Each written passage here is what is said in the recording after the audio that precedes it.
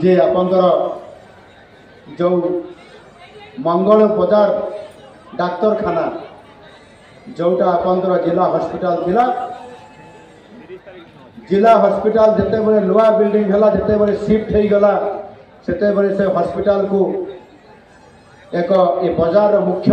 जगार थिबा कारणरू सेठी एक डाक्तरखाना सहरर डाक्तरखाना हिसाब रे से सहरर पीएससी हो बा सीएससी हो तार मान्यता करने संपूर्ण भाव में गाइडलाइन प्रस्तुत हो जाइए एवं से आपण मैंने दाबी करते जे एक डाक्तरखाना पहुँच करा जाऊ एवं से डाक्तरखाना 24 आवर सर्विस देव सकाळे दिन बेले संध्यारे राति पूरण करने आमर सरकार ताकू विचाराधीन रखिंट एवं ये गाइडलाइन कर सरी जाइए खूब कम समय भितर अल्प दिन भितर संपूर्ण भाव में कार्यक्रम करने आज आपको प्रतिश्रुति दूसरी अल्प दिन भितर कार्यकारी हम एवं 24 घंटिया डाक्तरखाना हिसाब से आपण मान सर्विस निश्चित भाव में जोगैदेव परी शेष में निकट शेष केवल एति कथा कहि सरकार अनेक योजना कर 6 मास भितर जहाँ गत 24 वर्ष हो पारि नथिला एवं जो सरकार मुखिया माने निजे लोकों पाखक जावाई साहस जुटाई पार नथिले एवं आपंकर केवल आइवरी टावर भितर रहीकि निजर सरकार चलाउथिले आज जिते बड़े आम सरकार चाषी क्षति है जिते बड़े अदिनिया वर्ष समस्त मंत्री माने बिल को गले खेत को गले निजे मुख्यमंत्री गले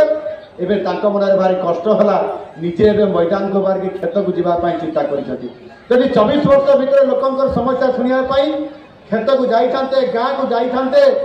आम विकास कथा करने जो चिंता करते प्रकृत में विकास करते आज एभली भाव में लोक मान तिरस्कार पाइक आज से हताशार आज जो भाव में अच्छा हुए तो से आहरी सुजोग मिली था किंतु आम सरकार से जो कथा कहते आम सरकार कथारे नुहे काम विश्वास करे किंतु वास्तविक कौ कमटे करले जो लोक मैंने आज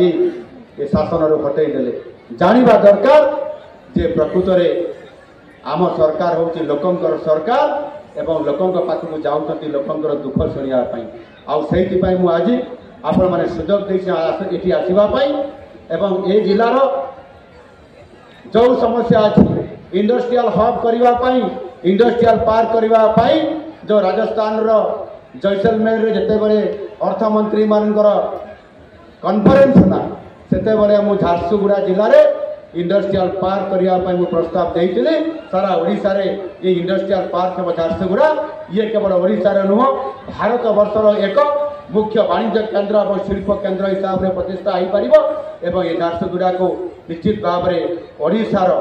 आर्थिक क्षेत्र में प्रमुख साहाय्य हम ये प्रकार आज प्रतिश्रुति मत केंद्र अर्थमंत्री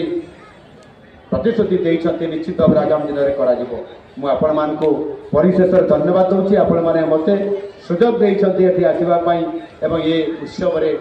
भाग नापी समय अल्प थी कारण मुझे सहित अधिक समय ये सेयार कर पारना आपण मानक आगामी दिन में निश्चित भाव में आपण सहित भेट हम आपण सहित मु सुख दुख भागीदारी हेबी आज ये दुलदुली महोत्सव शुभ अवसर में आपण विदाय नौची धन्यवाद। भारत माता की जय। वंदे उत्कल।